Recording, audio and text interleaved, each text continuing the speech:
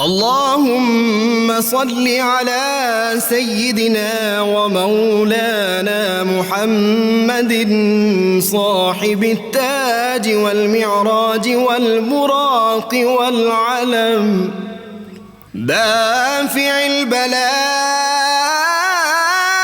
والوباء والكحط والمرض والألم اسمه مكتوب مرفوع مشفوع منقوش في اللوح والقلم سيد العرب والعجم جسمه مقدس معطر مطهر منور في البيت والحرم شمس الضحى بدر الدجى صدر العلا نور الهدى كهف الورى مصباح الظلم جميل الشيم شفيع الأمم صاحب الجود والكرم والله عاصمه وجبريل خادمه والبراك مركبه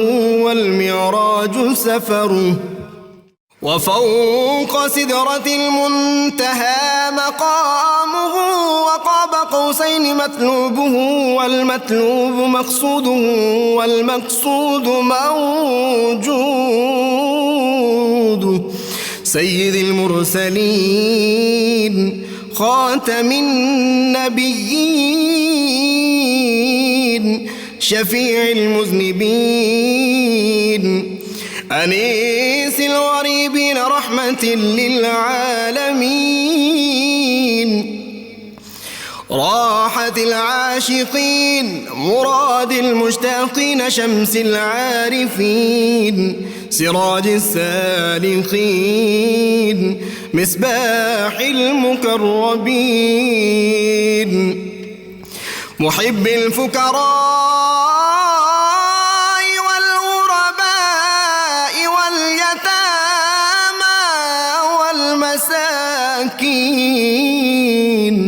سيد الثقلين نبي الحرمين إمام القبلتين وسيلتنا في الدارين صاحب قاب قوسين محبوب رب المشرقين ورب المغربين جد الحسن والحسين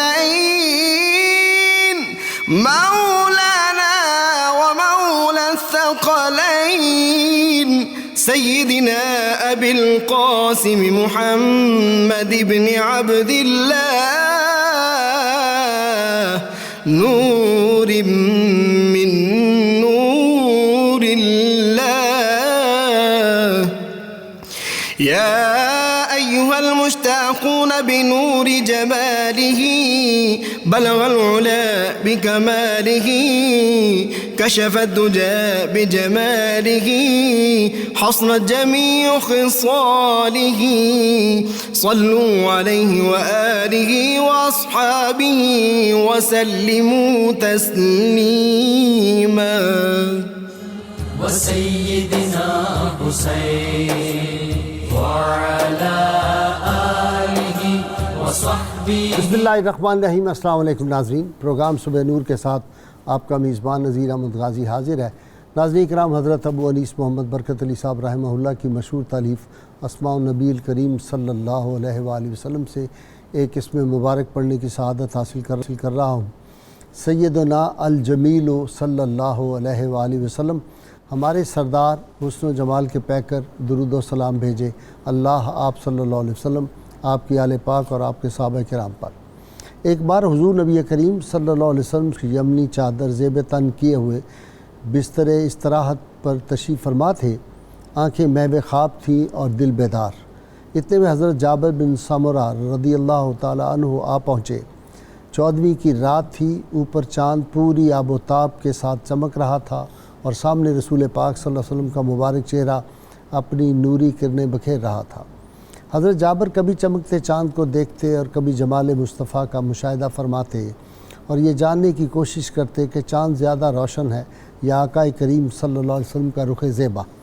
حضرت جابر رضی اللہ عنہ فرماتے ہیں کہ یقین جانیے آپ صلی اللہ علیہ وسلم مجھے چاند سے کہیں زیادہ حسین لگ رہے تھے۔ ناظرین کرام، تاریخ عالم اس بات کی گواہ ہے کہ قرن اول سے ہی مسلمان فاتحین جو تھے انہوں نے دین اسلام کا پیغام اور دین اسلام کا جھنڈا دنیا کے کئی بر اعظموں پہ لہرایا، لیکن دلوں پر حکومت ہمیشہ صوفیاء اور اولیاء کی رہی ہے۔ اور یہی وجہ ہے کہ فلپ ہٹی جس نے ہسٹری آف دی عربز لکھی اور دوسرا جولین بیڈلک جس نے مسٹیکل اسلام لکھی، دونوں نے ملتی جوتی باتیں کہی تھی کہ لگتا تھا کہ اسلام کا ایک دور وہ بھی رہا جب اسلام کی تلوار کمزور پڑ گئی، مسلمان فاتحین جو تھے وہ اگلی آنے والی نسلیں کمزور بھی ہو گئیں، شکستیں بھی ہوئی، لگتا تھا کہ اسلام شاید دنیا سے جو ہے وہ مٹا دیا جائے گا، لیکن صوفیاء نے آگے آ کر اسلام کو سہارا دیا اور یہ ان کی تعلیمات اور لوگوں کے قلوب پہ جو ان کی حکومت تھی اس نے اسلام کے جھنڈے کو سرنگوں نہیں ہونے دیا۔ ناظرین کرام، آج ہم ایک ایسی ہستی کا ذکر پاک کرنے کی سعادت حاصل کر رہے ہیں جنہوں نے بر صغیر میں آ کر اسلام کی تبلیغ اس انداز سے کی کہ سندھ کے ساحل سمندر پر پھر ہزاروں لوگ جو تھے وہ دامن اسلام سے وابستہ ہو گئے۔ ایک بات میں یہاں کہنی چاہتا ہوں کہ مسلمان صوفیاء کی یہ تعلیمات کا اثر تھا کہ ایک طرف سینٹرل ایشیا میں اسلام کی تعلیمات پہنچی اور آج تک مسلمان جو کروڑوں کی تعداد میں ہیں، افریقہ میں یہ مسلمان صوفیاء کرام ہی تھے، مبلغین ہی تھے جن کے ذریعے اسلام کا پیغام پہنچا، مراکش میں، افریقہ میں، یورپ میں، اور یہاں پہ ملایا ہو، انڈونیشیا، ملیشیا، مالدیپ، سرادیپ، یہ مالابار، یہ سارے جو علاقے ہیں یہ اولیاء کرام کی تعلیمات کا اثر ہے۔ آج ہم جس ہستی کے بارے میں گفتگو کرنے کی سعادت حاصل کر رہے ہیں جناب سید عبداللہ شاہ غازی رحمۃ اللہ علیہ میرے ساتھ آج شریک گفتگو ہیں۔ لاہور اسٹوڈیو سے جناب پروفیسر ڈاکٹر معین نظامی، ڈاکٹر سعید احمد سعیدی، اور کراچی اسٹوڈیو سے مجھے جوائن کریں گے ڈاکٹر سید وقاص ہاشمی صاحب۔ میں ابتدا وقاص ہاشمی صاحب سے کر رہا ہوں، ہمارے مہمان ہیں کراچی سے۔ ہاشمی صاحب، سیدنا عبداللہ شاہ غازی رحمۃ اللہ علیہ، آپ کا خاندانی تعارف اور وہ پس منظر سارا وہ کن حالات میں یہاں ہے، جی فرمائیے۔ بسم اللہ الرحمن الرحیم، اللہم صلی وسلم وبارک علی سیدنا و مولانا محمد وعلی آلہ وآل بیتہ واصحابہ اجمعین۔ سب سے پہلے تو غازی صاحب آپ کا بڑا شکریہ کہ آپ نے اس حقیر آدمی کو یاد کیا اس عظیم الشان پروگرام میں۔ حضرت سیدنا عبداللہ شاہ غازی رحمۃ اللہ تعالی علیہ حسنی حسینی سید ہیں، اور آپ 5ویں پش میں جناب امام حسن و امام حسین سے آپ کا شجرہ نسب ملتا ہے۔ حضرت سیدنا عبداللہ شاہ غازی کے والد اور ان کے پردادا کا تذکرہ کچھ علماء نے یوں بیان کیا ہے، تاریخ طبری میں بھی، اور امام احمد رضا فاضل بریلوی نے فتاوی رضویہ شریف جلد 28 میں اس طرح بیان کیا کہ حضرت سیدنا عبداللہ بن حضرت محمد زکیہ نفس زکیہ بن حضرت نفس زکیہ بن حضرت عبداللہ المحض بن حضرت امام حسن مصنع بن حضرت امام حسن مجتبیٰ بن حضرت علی المرتضیٰ رضی اللہ تعالیٰ عنہ۔ ٹھیک، آپ کی حضرت امام حسن مجتبیٰ کا نکاح جو ہے، حضرت امام حسن مصنع کا نکاح جو ہے وہ حضرت فاطمہ صغریٰ بنت سیدنا امام حسین شہید کربلا رضی اللہ تعالیٰ عنہ سے ہوا۔ اس بنا پر ان سے جو اولاد پیدا ہوئی ان کا نام حضرت عبداللہ المحض، امام احمد رضا فاضل بریلوی فرماتے ہیں المحض جو لقب ان کا پڑا اس کی وجہ یہی تھی کہ یہ پہلے یعنی سادات میں پہلی کڑی ہیں یہ جو حسنی بھی ہیں اور حسینی بھی ہیں۔ حضرت عبداللہ المحض سے جناب حضرت محمد نفس زکیہ پیدا ہوئے، اور ان سے جو ہے حضرت عبداللہ شاہ غازی رحمۃ اللہ تعالیٰ علیہ 98 ہجری میں آپ کی ولادت ہوئی ہے، اور 98 میں ولادت جب ہوئی تو ہم اس سے اندازہ لگا سکتے ہیں کہ یقیناً آپ نے صحابہ کی زیارت بھی کی ہوگی تو تابعین میں شمار ہوتے ہیں، اور اگر تابعین نہ بھی تسلیم کرے تو تبع تابعین میں تو لازمی طور پہ شمار ہوتے ہیں۔ آپ کے والد بزرگوار نے سن 135 ہجری میں ابو جعفر منصور کے خلاف تحریک خلافت چلائی اور باقاعدہ مدینہ منورہ پہ تسلط قائم کیا، امیر المومنین کے حلوائے، اس زمانے میں سن 138 ہجری میں حضرت عبداللہ کو آپ نے اپنے بھائی ابراہیم نفس رضیہ کی طرف بصرہ بھیج دیا تھا. بصرہ سے آپ ہجرت کر کے عراق تشریف لائے اور عراق سے آپ نے سندھ میں قدم رکھا, اور تاریخ الکامل لابن اسیر کے مطابق سن 138 یا 139 ہجری میں آپ سندھ تشریف لے آئے تھے. اور اندرون سندھ جب آپ تشریف لائے تو آپ کا مزاج جو ہے وہ اصلاحی تبلیغ کا تھا. چنانچہ آپ نے یہاں تبلیغ کی. سرزمین سندھ پر قدم رکھنے والا یہ پہلا سید ہے کہ جس نے اسلام کا پیغام پھیلایا, اور اس کے بعد آپ یہاں پر دین متین کی خدمت کرتے رہے. خلیفہ منصور عباسی کے دور خلافت میں آپ نے سندھ میں قدم رکھا, اور سندھ میں آنے والا یہ پہلا سید تھا. تقریباً 151 ہجری میں آپ کی شہادت ہوئی. اللهم على آله وصحبه وبارك وسلم. میں ڈاکٹر نظامی صاحب سے بھی ذرا پوچھ لوں. اچھا جی, 151 میں آپ کا وصال پاک ہو شہادت ہوئی ہے جی. شہادت ہوئی. اب یہاں آ کے انہوں نے کیا پہنچ گئے. ویسے تو مسلمان سیدنا عثمان رضی اللہ تعالیٰ کے دور میں پہنچ گئے تھے, اور سیدنا علی مرتضیٰ کے اور امیر معاویہ نے پھر کافی یہاں پہ فتوحات بھی کی جی. لیکن جب یہ پہنچے تو کیا حالات؟ اگر اجازت ہو تو میں ایک دو اور باتیں کر کے پھر آپ جی ضرور. سب سے پہلے تو مجھے یہ عرض کرنا ہے کہ ہم عام طور پر ہمارے مورخین اولاد حضرت امام حسن کی خدمات کو بہت تفصیل سے بیان نہیں کرتے ہیں, یا بہت زیادہ مواد نہیں ملتا. جی تفصیل نہیں کرتے ہی نہیں ہے.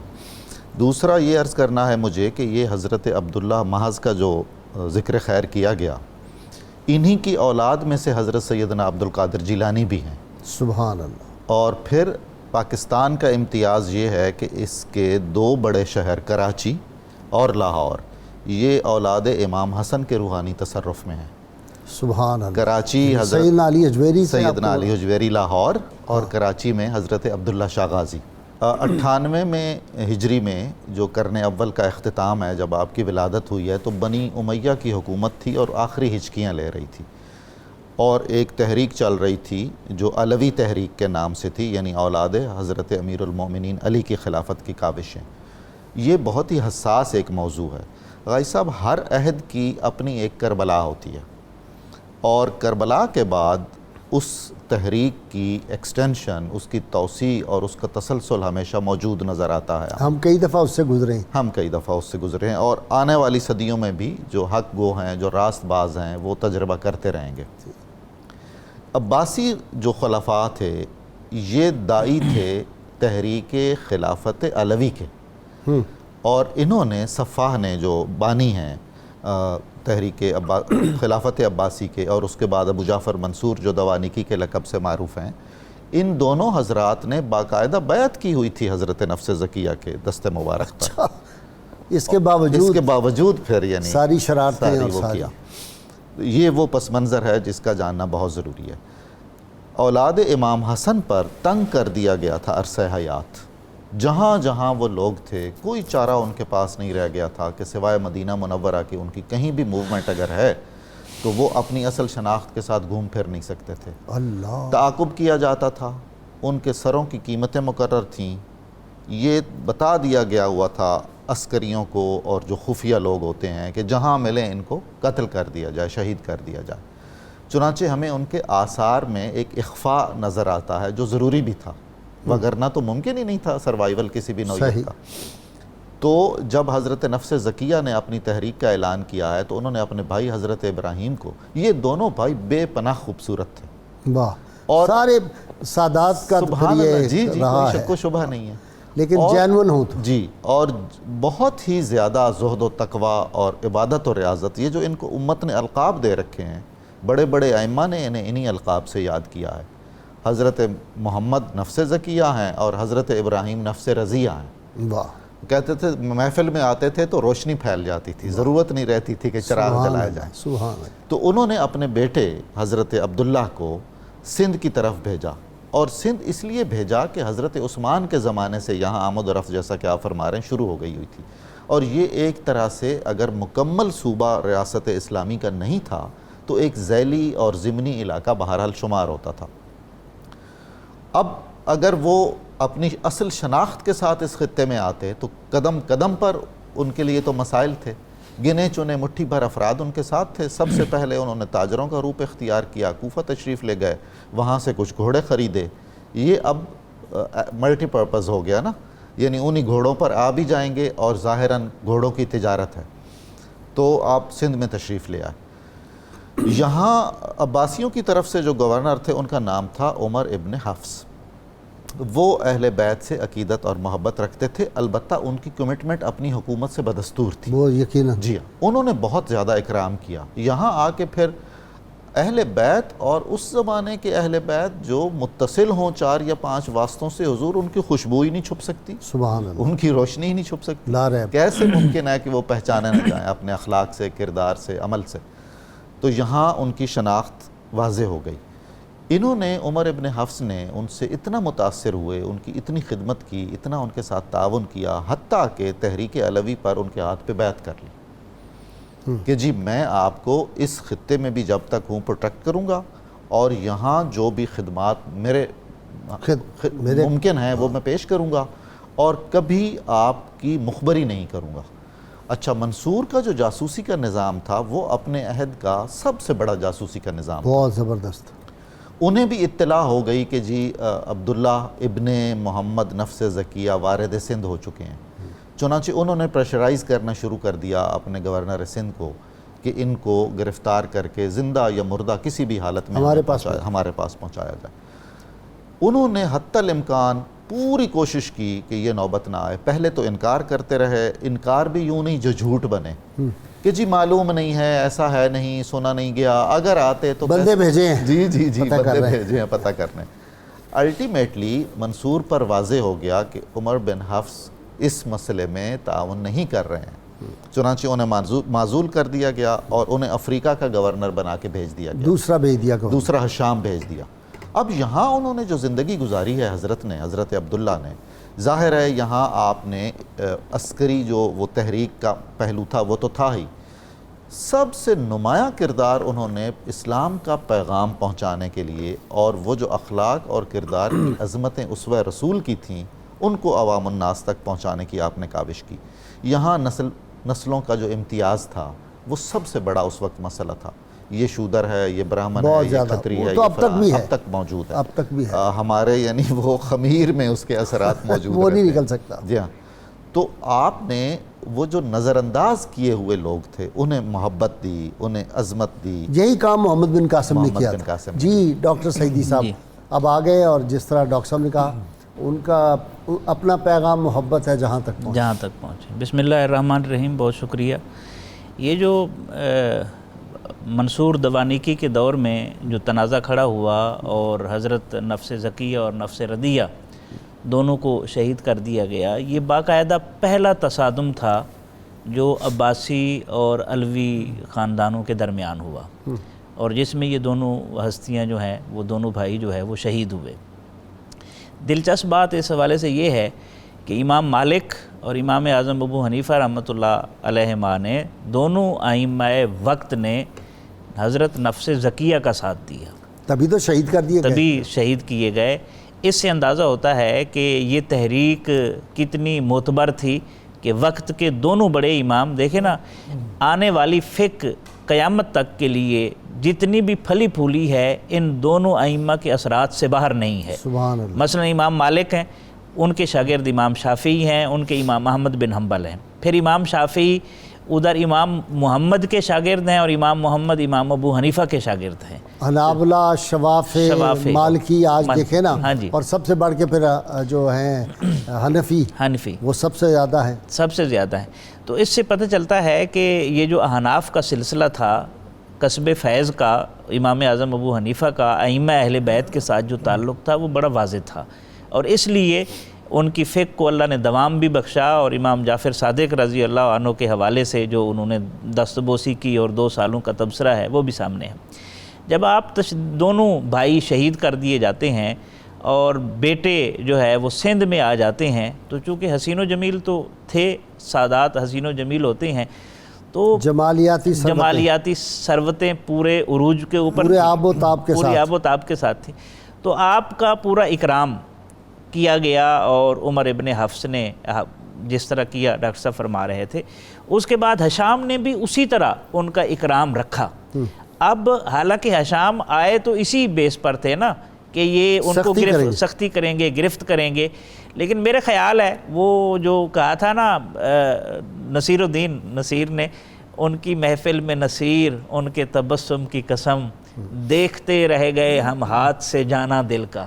یعنی جس آدمی کی اپوائنٹمنٹ ہی اس بیس پر کی گئی ہے کہ ان کو گرفتار کر کے بھیجنا ہے، وہ بھی ان کے حسن کا اسیر ہو جائے.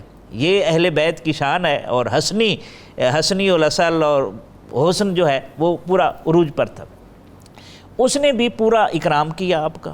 اکرام کرنے کے ساتھ ساتھ ان کو پھر بھیجا بھی گیا ایک راجہ کے ذیلی ریاست میں، اور وہاں پر بھیجا پروٹیکشن کے لیے. ہاں جی، پروٹیکشن کے لیے بھیجا گیا. اچھا، اسی دوران آپ کو چونکہ شکار کا بھی شوق تھا، اور یہ دست غیب بھی تھا، اسباب غیب تھے کہ آپ اتنا عرصہ ادھر رہ کر اسلام کا پیغام جو سید پہنچا سکتا ہے، وہ ظاہر ہے عام آدمی اس طرح نہیں پہنچا سکتا. جس میں نور رسول صلی اللہ علیہ وسلم جس کی رگوں میں جو ہے وہ گردش کر رہا ہے، اس کے اثرات تو ہونے تھے. تو انہوں نے وہ اپنا کام جاری رکھا. اور ایک مرتبہ جب آپ آ رہے تھے شکار کے لیے، تو جو ہشام ابن عمر تھا، اس کا بھائی جو ہے وہ جذباتی اور بدباطن قسم کا تھا، کینہ پرور تھا.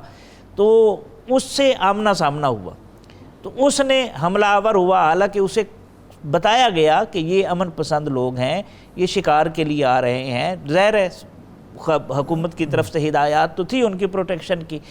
پھر اس کے باوجود اس نے حرکت کی، اور پھر آخر میں جو لفظ کہے گئے وہ یہ تھے، ھذا ابن رسول اللہ صلی اللہ علیہ وسلم، یہ رسول اللہ صلی اللہ علیہ وسلم کی اولاد سے ہیں، آپ اس طرح نہ کریں. لیکن اس بد باطن نے کیا، چونکہ کربلا تو پہلے یزید نے یہ کام شروع کر دیا تھا، اس کے بعد جو حکومت کا لالچ تھا اور اس طرح کے لالچ جو ہے وہ اس طرح کرتے تھے. اصل تو اہل بیت اطہار کو وہ حکمران جو تھے وہ اپنے لیے خطرہ مسلسل راستے میں رکاوٹ سمجھتے تھے. Continuous danger. ہاں جی، کنٹینیوس ڈینجر. بالکل ایسے. تو آپ نے جب یہ دیکھا تو پھر آپ میدان میں اترے. ظاہر ہے سید ہے، میدان میں اترے، باقاعدہ لڑائی ہوئی اور انہیں پسپا کیا گیا، وہ بھاگ گئے. لیکن اسی دوران آپ کے سر انور پر وار ہوتا ہے، اور تو یہ آپ شہید ہوتے ہیں. تو اس وقت آپ کے جو ارادت مند تھے، چونکہ وہ تو بھاگ گئے تھے، تو آپ کے ارادت مندوں نے آپ کے جستے مبارک کو اٹھایا اور وہاں جھاڑیوں میں لے گئے تاکہ حفاظت کے ساتھ محفوظ رکھے، چونکہ اس وقت اہل بیت کی لاشوں کی توہین بھی کی جاتی تھی. ڈاکٹر صاحب آپ کی طرف آ جاتا ہوں. جی، میں اولاد کے حوالے سے عرض کر دوں. جی، آپ کی کنیت ابو محمد ہے. آپ کے ایک صاحبزادے، ان کا اسم گرامی محمد، اور ان کی کنیت ابو الحسن تھی. جب ان کی اولاد کہاں پھر ہوئی؟ ان کو بھیج دیا گیا تھا بغداد میں واپس منصور کے پاس اپنی والدہ ماجدہ کے ساتھ. منصور نے ایک خط لکھ کر ذمہ دار فوجیوں کو ساتھ بھیجا مدینہ منورہ میں کہ اولاد امام حسن کو ان کی تحویل میں ان کو دے دیا جائے، اور ان کے نسب کی شہادت اور تصدیق کر دی جائے. یہ بڑا اہم سمجھا جاتا تھا. حق حقوق دینا اہم نہیں سمجھا جاتا تھا، تصدیق نسب بہت ضروری ہوتا تھا. اچھا، آپ کو پتہ ہے آپ امام حسن کی اولاد پاک جو ہے نا، ساری جی بیٹیاں بیٹے، وہ اور یہ آگے جو آپ کی نسل، ان سب کو کوئی 60 میل دور ہے مدینہ منورہ جگہ. میں نے وہاں حاضری دی ہے. تو وہاں باقاعدہ قبرستان ہے اب بھی، 4 دیواری ہے وہاں پہ، اور وہ قبور محفوظ ہیں ایک پہاڑی کے اوپر. سبحان اللہ، سبحان اللہ. اور بڑی برکات ہے وہاں. اور وہ جو وہاں پہ استاد ہے اتفاق سے، وہ آپ کے شعبہ سے ہے. اچھا، وہ ایک یونیورسٹی کے ریٹائرڈ پروفیسر ہیں. اچھا، ماشاءاللہ. اور کانٹے دار جھاڑیاں ہیں وہاں پہ. اسے پاؤں میں کبھی جوتا نہیں پہنا. کمال ہے. شدید سردی میں ہم گئے تھے دسمبر کے مہینے میں، اور ان کے پاؤں میں کانٹے بھی لگتے تھے، سب کچھ تھا. انہوں نے جوتا نہیں کبھی پہنا اس ایریے میں کہ امام حسن. پہاڑی علاقہ ہے کوئی؟ ہاں جی، پہاڑی علاقہ. اچھا، پہاڑی علاقہ. جی غازی صاحب، یہ جو آپ کی یہاں خدمات کا ذکر ہو رہا تھا، اس میں بہت اہم مسئلہ ہے کہ جب دباؤ پڑ گیا گورنر سندھ پر، تو اس نے جس ریاست میں بھیجا آپ کو حفاظت کے نقطہ نظر سے، وہ راجہ ہندو تھا. آپ اندازہ فرمائیے نا کہ اس ہندو کے دل میں اللہ تعالیٰ نے محبت اہل بیت رکھی ہوئی تھی، یا یہ احساس تھا کہ عرب کے عمائدین میں سے ہیں یہ شخص، تو مجھے ان کا اکرام کرنا چاہیے. پھر آپ کے حسن اخلاق اور کردار سے وہ مشرف بہ اسلام ہوا وہ راجہ. یعنی اگر ہمیں بہت ساری ایسی چیزیں، ڈاکومنٹیشن ظاہر کہاں تھی اس وقت سندھ میں، جن حالات میں سے گزر رہے تھے، اپنی جان کو ہر وقت خطرہ لاحق تھا، تو اس وقت کون ہوتے جو تذکرہ نویسی کرتے یا واقعات لکھتے؟ وہ تو متفرق انداز میں بعض مورخین نے لکھ دیا ہے. تو یہ جو زندہ کرامات ہیں ان کی، ان سے اندازہ ہوتا ہے کہ کوئی حسن اخلاق، کوئی کردار اور زہد و ورع کا کوئی اعلیٰ معیار تو دیکھا گیا تھا نا. اپنا مسلک اور مذہب چھوڑنا کوئی آسان کام ہوتا ہے. تو راجہ نہ صرف مسلمان ہوا بلکہ اس نے اپنی زندگی کے آخری لمحوں تک پروٹیکشن بھی دی ہر اعتبار سے، اور اپنی بیٹی کا عقد کیا حضرت عبداللہ سے. اسی میں سے حضرت محمد کی ولادت ہوئی جو آپ کے صاحبزادے تھے، جن کو پھر مدینہ منورہ میں بھیج دیا گیا تھا. جی ہاں. آپ کی جب شہادت ہوئی ہے تو حضرت عبداللہ اشتر نکلے ہوئے تھے سیر و سفر اور شکار پر. کوئی ان کی تیاری نہیں تھی باقاعدہ جنگ کرنے کی، اور آپ کے ساتھ مٹھی بھر لوگ تھے. ایسا بھی نہیں تھا کہ کوئی بہت بڑا لاؤ لشکر تھا. اور یہ جو حشام کا بھائی تھا، یہ بھی سندھ میں ایک اور بغاوت ہوئی تھی، اور حشام نے اس بغاوت کو فروغ کرنے کے لیے اس کو ایک مختصر سے لشکر کے ساتھ بھیجا تھا، اور دونوں لشکروں کا اتفاقی آمنا سامنا ہو گیا تھا. حضرت عبداللہ کے ساتھ تو ظاہر ہے بہت ہی چند لوگ تھے. خیر، جب آپ کی شہادت ہو گئی تو اس کے بعد اب منصور کو، اور ظاہر ہے ان کی پوری ایڈمنسٹریشن کے لیے یہ مسئلہ تھا کہ اولاد حسن میں سے کوئی اگر مرد یا بچہ کہیں موجود ہے تو وہ خطرہ ہے ہمارے تاج و تخت کے لیے. چنانچہ یہ کھوج شروع ہو گیا. معلوم ہو گیا کہ جی انہوں نے وہاں شادی کی ہے اور ان کا بیٹا بھی ہے، تو اب اس بیٹے کا حصول تو بہت ضروری تھا. چنانچہ خط کتابت کی گئی باقاعدہ اس راجہ سے کہ آپ نے اگر اپنی ریاست بچانی ہے تو آپ ان کی اہلیہ کو اور ان کے بیٹے کو ہماری تحویل میں دے دیجیے. انہوں نے نہیں کیا ایسا، حتیٰ کہ ان پر حملہ ہوا اور ان پر غلبہ پا کر انہوں نے حضرت کی اہلیہ اور آپ کے صاحبزادے محمد کو، حضرت محمد کو بغداد بھیجا، جن کو پھر آگے مدینہ منورہ میں بھیجا گیا اور آپ کی آگے سے نسل چلی ہے. دوسرا جو بڑا اہم معاملہ ہے وہ یہ ہے کہ حضرت عبداللہ کا جو ایک لقب ہے اشتر، اس کا دوسرا ایک مطلب یہ ہے وہ شخص جس کے پپوٹے اس کی آنکھوں پہ جھکے ہوئے ہوں. اچھا. اس کو عناصر جمال میں بہت فضیلت حاصل کی. ایک کوئی بدلہ لینے کا بھی مطلب بدلہ لینے کا، جی بالکل، جو بار بار پلٹ کے اپنا بدلہ لے اور اپنے موقف سے پیچھے نہ ہٹے. بھائی صاحب، جو نیم و آنکھیں ہیں نا، نیم و آنکھوں والے کو اشتر کہا جاتا ہے. اب ہم ذرا تصور کریں کہ ایک مردانہ وجاہت کا نمونہ ہے، مجسمہ ہے اس کا، اور آنکھیں اس کی نیم واہ ہیں. یہ تو بہت بعد میں حضرت میر تقی میر نے کیا فرمایا تھا، میر ان نیم باز آنکھوں میں ساری مستی شراب کی سی ہے. تو مطلب یہ جو آپ کا حسن باطن تھا اور حسن اخلاق تھا، اس کے ساتھ آپ کے حسن ظاہری نے بھی تسخیر کے اس عمل کو بہت ہی دو چم ڈاکٹر کیا تھا. سعیدی کی آنکھوں کو آپ کہیں گے نیم باز؟ جی بالکل نہیں، یہ تو مکمل ہی نیم باز ہے. جی. اچھا، اس میں ایک اور حسن اتفاق ہے. حضرت امام جعفر صادق کے دادا اور حضرت عبداللہ شاہ غازی کی دادی دونوں بہن بھائی ہیں. اچھا. امام زین العابدین اور سیدہ فاطمہ صغریٰ، یہ دونوں بہن بھائی ہیں. اچھا، اس میں ایک اور پہلو جس کی طرف اشارہ کرنا ضروری ہے، ہم اپنے پروگراموں میں عرض کرتے رہتے ہیں.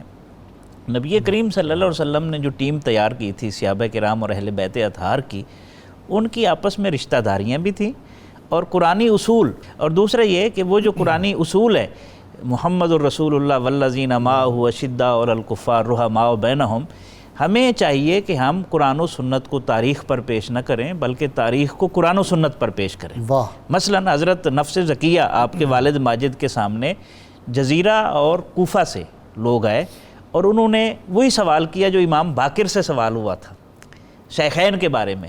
تو آپ نے فرمایا میرے نزدیک جو ترتیب ہے شیخین کی، اسی ترتیب سے فضیلت بھی ہے. آپ نے باقاعدہ، اچھا یہ اتنا خوبصورت جواب تھا، وہ متحیر بھی ہوئے. لیکن آپ نے جواب دیا. میں نے جب M Phil P H D کر رہا تھا تو اس میں نے شاہ ولی اللہ رحمۃ اللہ علیہ کی زندگی جب پڑھی تو شاہ ولی اللہ خود فرماتے ہیں کہ میرے دل میں 3 چیزیں ایسی تھیں جو میری طبیعت کے خلاف تھیں. لیکن مجھے اللہ کی طرف سے اور رسول اللہ صلی اللہ علیہ وسلم کی بارگاہ کی طرف سے حکم ہوا کہ نہیں، ان کو اس طرح نہیں کرنا جس طرح آپ کی طبیعت چاہتی ہے، بلکہ ان کو اس طرح کرنا ہے۔ ان میں سے ایک چیز یہ تھی، شاہ ولی اللہ رحمۃ اللہ علیہ فرماتے ہیں کہ میری طبیعت تقلید سے ابا کرتی تھی۔ اب شاہ ولی اللہ، جو لوگ تقلید کا انکار کرتے ہیں یا مانتے ہیں، انہیں شاہ ولی اللہ کی شخصیت کو دیکھنا چاہیے۔ وہ کہتے ہیں ظاہر مجتہد تھے، لیکن مجھے بارگاہ رسالت میں آپ صلی اللہ علیہ وسلم سے حکم ہوا کہ آپ نے فروعات کے اندر اپنی قوم کی مخالفت نہیں کرنی۔ تو شاہ ولی اللہ بھی حنفی، ان کے بیٹے شاہ عبدالعزیز محدث دہلوی بھی حنفی، ایک حقیقت۔ دوسری چیز جو میرے ایک اور بات اس میں بہت باریک ہے ڈاکٹر صاحب، کہ ڈاکٹر نظامی صاحب آپ بھی غور کریں، قرآن حکیم قیامت تک کے لیے جو قرآن نے کہہ دیا حق ہے، سچ ہے، صداقت ہے، قیامت تک قرآن نے کہہ دیا محمد رسول اللہ والذین معہ شداء علی الکفار رحماء بینہم، اگر ان کے رحماء بینہم نہ ہوتا تو قرآن حکیم یہ کبھی نہ کہتا، کبھی نہ کہتا۔ میں اس قرآن کی بات کبھی قیامت تک غلط نہیں ہو سکتی۔ جی میں اس طرف آ رہا ہوں۔ دوسری چیز شاہ ولی اللہ کہتے ہیں کہ معیشت کے حوالے سے میں چاہتا تھا پہلے بزنس ہو، دولت ہو، پھر میں دین کا کام کروں، تو مجھے حکم ہوا کہ نہیں، ایسا نہیں کرنا، توکل علی اللہ چلنا ہے، سارے انتظام ہوں۔ تیسرا یہ تھا کہ میری طبیعت چاہتی تھی کہ میں حضرت علی المرتضیٰ رضی اللہ عنہ کو ائمہ خلفائے ثلاثہ کے اوپر فضیلت دوں، تو مجھے بارگاہ رسالت میں آپ صلی اللہ علیہ وسلم سے حکم ہوا کہ جو ترتیب ہے اس کو فالو کرنا ہے۔ یہ شاہ ولی اللہ آدمی بر صغیر کا، یعنی جو آخری شخصیت، اتنا بڑا آدمی ہے، علم کا پہاڑ، جی، اور انہوں نے فیوز الحرمین میں التفہیمات الالہیہ میں ان چیزوں کو بیان کیا ہے۔ پھر یہ آپس میں ان کی جو رشتہ داریاں تھیں، ان میں سے ایک رشتہ داری یہ بھی ہے کہ حضرت فاطمہ صغریٰ کے جب شوہر نامدار کا وصال ہوتا ہے تو ان کا جو دوسرا نکاح ہے وہ حضرت عبداللہ بن عمر بن عثمان غنی سے ہوتا ہے۔ یعنی اگر کوئی خدا نہ خواستہ اس طرح کے معاملات تھے، اور یہ تو وہ دور ہے، اس سے آپ اندازہ لگا لیں، یعنی یہ تو 60 ہجری کے بعد کا دور ہے نا بھائی۔ اگر سیدنا عثمان کی جب پڑا ہوا تھا جسد خاکی، وہاں پہ ان کے سینے پہ اپنا چہرہ رکھ کے علی المرتضیٰ شیر خدا اتنا روتے ہیں کہ صحابہ کہتے ہیں ہم نے کہا کہ یہ آج 2 لاشیں اٹھی، یہ بھی ابھی ان کا وصال ہو جائے گا، اتنا زور سے وہ روئے تھے۔ اگر محبت نہ ہو ان کے رحماء بینہم تو کوئی روتا ہے دشمن کے لیے بھی، کبھی کوئی رویا آج تک۔ اور دوسرا یہ کہ اتنے مشکل وقت میں حضرت عثمان غنی کی حفاظت کے لیے دروازے پر کن کی ڈیوٹی لگتی ہے؟ اور اپنا بیٹا زخمی کرا لیا، اپنا بیٹا زخمی کرا لیا، اور دشمن نے پیچھے سے حملہ کیا، آگے سے نہیں ہے۔ تو یہ ایک جو علامہ نے کہا تھا نا، ہو حلقہ یارہ تو اب ریشم کی طرح نرم، رزم حق و باطل ہو تو فولاد ہے مومن۔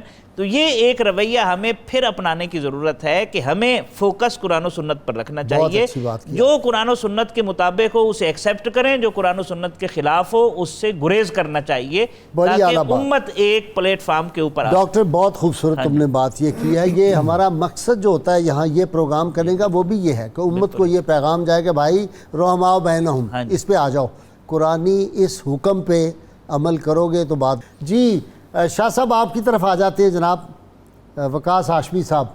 آج کے دور میں سید عبداللہ شاہ غازی رحمۃ اللہ علیہ کی تعلیمات کو کس طرح فروغ دیں اور نوجوان نسل کو ہم کیا بتائیں؟ ایک بات میں آپ کو بہت دلچسپ بتا دوں، ایک بہت بڑے بزرگ تھے حضرت مظفر ازیک رحمۃ اللہ علیہ، یہ ترکی کے بزرگ تھے، ان کے مرید جرمن اور امریکہ میں بہت ہیں لوگ۔ انہوں نے کتاب لکھی الارشاد، بڑی ضخیم کتاب ہے انگریزی زبان میں۔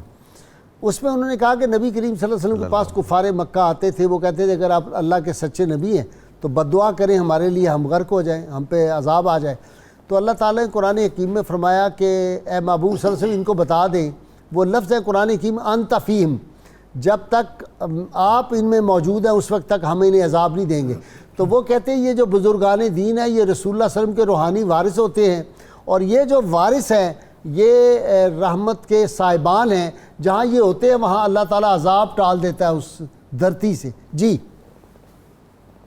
بالکل درست فرمایا، اور بہت ہی اچھا یعنی آپ نے حوالہ دیا ہے، اس کے لیے میں دل سے آپ کا شکر گزار ہوں، بہت شاندار بات کی ہے اور بالکل درست فرمایا۔ اچھا جیسا کہ آپ نے فرمایا کہ تعلیمات کیا ہیں، تو پھر اسی پہلے والے نقطے کی طرف رجوع کریں گے کہ انہیں اتنا موقع ہی کہاں ملا جو یہ تعلیمات ہم ان کی حاصل کر سکتے یا یہ تعلیمات پھیلاتے۔ بیچارے سادات اکرام ہمیشہ چھپتے چھپاتے رہے، لیکن اس چھپتے چھپاتے میں بھی جو بھی ان کی خدمات دین ہیں وہ ہمارے سامنے یوں ہے کہ خود حضرت عبداللہ شاہ غازی بابا رحمۃ اللہ تعالیٰ علیہ کا مزاج جو ہے وہ اصلاحی مزاج ہے، تبلیغی مزاج ہے۔ تو اس اصلاحی اور تبلیغی مزاج کے اندر ہم نے جو آپ کی تاریخ میں کتابوں میں پڑھا ہے وہ یہ ہے کہ آپ خلافت کے خواہش مند نہ تھے، بلکہ آپ اس بات کے متمنی تھے کہ زیادہ سے زیادہ دین محمدی صلی اللہ تعالیٰ علیہ وسلم کی تعلیمات کو لوگوں میں پھیلایا جائے، اور آپ اسی یوں کہہ لیجیے آسان زبان میں کہ تصوف کی تعلیم کو آپ نے عام کیا، اور آپ کے اسی حوالے سے ہم دیکھتے ہیں کہ چاہنے والے جو ہیں وہ اپنے اندر ایک صوفیانہ مزاج رکھتے ہیں، ان میں دعوت خلافت والا مزاج نہیں پایا جاتا۔ تو حضرت عبداللہ شاہ غازی رحمۃ اللہ تعالیٰ علیہ کی جب ہم تعلیمات پر یا آپ کتابوں میں جو کچھ آپ کے بارے میں جب ہم پڑھتے ہیں تو ہم دیکھتے ہیں کہ آپ کے مزاج جو ہے وہ دعوت خلافت والا نہیں ہے، بلکہ دین محمدی کے اندر صوفیانہ ایک مزاج آپ رکھتے ہیں، اور ایک ایسا مزاج جس سے لوگوں میں زیادہ سے زیادہ دین پہنچایا جا سکے۔ جتنے اہل بیت اطہار ہوں یا صوفیاء کرام ہوں، ائمہ کرام ہوں، وہ سب کی پیغام کیا، ان کی تعلیمات کیا ہے؟ تعلیمات مصطفیٰ صلی اللہ علیہ وسلم ہے، حضور صلی اللہ علیہ وسلم کا جو پیغام ہے وہی تو آگے انہوں نے پھیلانا ہوتا ہے، انہوں کو نئی تعلیم نہیں دیتے، یہ وہی پیغام ہوتا ہے۔ بالکل ایسے ہی ہے، ایسا ہی بالکل ایسے ہی ہے کہ انہوں نے نظامی صاحب آپ کی طرف آگے محبت کا پیغام جی بہت شکریہ شاہ صاحب، آپ کا بہت شکریہ، بڑی مہربانی ہمارے ساتھ رہے آپ۔ جی ڈاکٹر صاحب ایک بات مجھے بتائیں، یار میں کیا کروں، کئی باتیں میرے ذہن میں پھر رک جاتا ہوں، کیا ضرورت ہے ایک 13.5 صدیاں پہلے یا 13 صدیاں پہلے کے لوگ، آج ماڈرن ٹیکنالوجی کا دور ہے، آج ماڈرن باتیں کرنی چاہیے، یہ ان بزرگوں کے واقعات اور یہ سارے غازی صاحب قرآن کریم میں ہے کہ ایک دوسرے کو حق کی تلقین کرتے رہو، اور اہل حق کا جہاں ذکر ہوتا ہے وہاں نزول رحمت اور نزول برکات تو ہوتا ہے۔ ہمیں اگر اخلاق محمدی صلی اللہ علیہ وسلم کو اپنانا ہے، سیرت کی روشنی کو پھیلانا ہے، اور رسول اللہ صلی اللہ علیہ وسلم کی مطلوبہ معیار تک جو ایک مسلمان کے لیے قائم کیا گیا اس تک پہنچنا ہے، تو ظاہر ہے ہم ان اولیاء امت کو یاد کریں گے، ان کے نقش قدم کے پیچھے پیچھے چلتے رہیں گے تو تبھی کسی مقام تک کتنا اعلیٰ بات کی، نقش قدم پر نہیں، نقش قدم کے پیچھے۔ اور یہ حضور امت میں ایک سلسلہ قائم ہے شہداء کا کہ وہ شہید حضرات ہیں، لقب غازی سے مشہور ہیں، یہ پہلی مثال ہے وہ حضرت عبداللہ شاہ غازی کہ آپ شہید ہیں مگر آپ کا لقب کامیاب تو وہی ہے نا، کامیاب وہی، قتل حسین اصل میں مرگ یزید ہے۔ جی میں یہی عرض کر رہا تھا کہ اس میں حکمت اور مصلحت اور معنویت ہی یہی ہے۔ کتاب الشفا سے جی نسخہ رشتوں کے لیے لوگ بہت پریشان ہوتے ہیں، اس کے مناسب اصول کے لیے وظیفہ ہے، ہر فرض نماز کے بعد اول و آخر درود پاک کے ساتھ سورہ نمل کی آیت نمبر 62 کثرت کے ساتھ پڑھنے سے اللہ تعالیٰ رشتوں کا مناسب بندوبست فرما دیتا ہے۔ حسب توفیق صدقہ بھی کرتے رہیں، اول و آخر کم از کم 11 مرتبہ درود پاک روز پڑھیں۔ سیدنا علی مرتضیٰ شیر خدا فاتح خیبر ارشاد فرماتے ہیں، یہ دنیا جس کو تو محبت کی نگاہ سے دیکھتا ہے اس آخرت سے بہتر نہیں ہے جسے تو بھول چکا ہے۔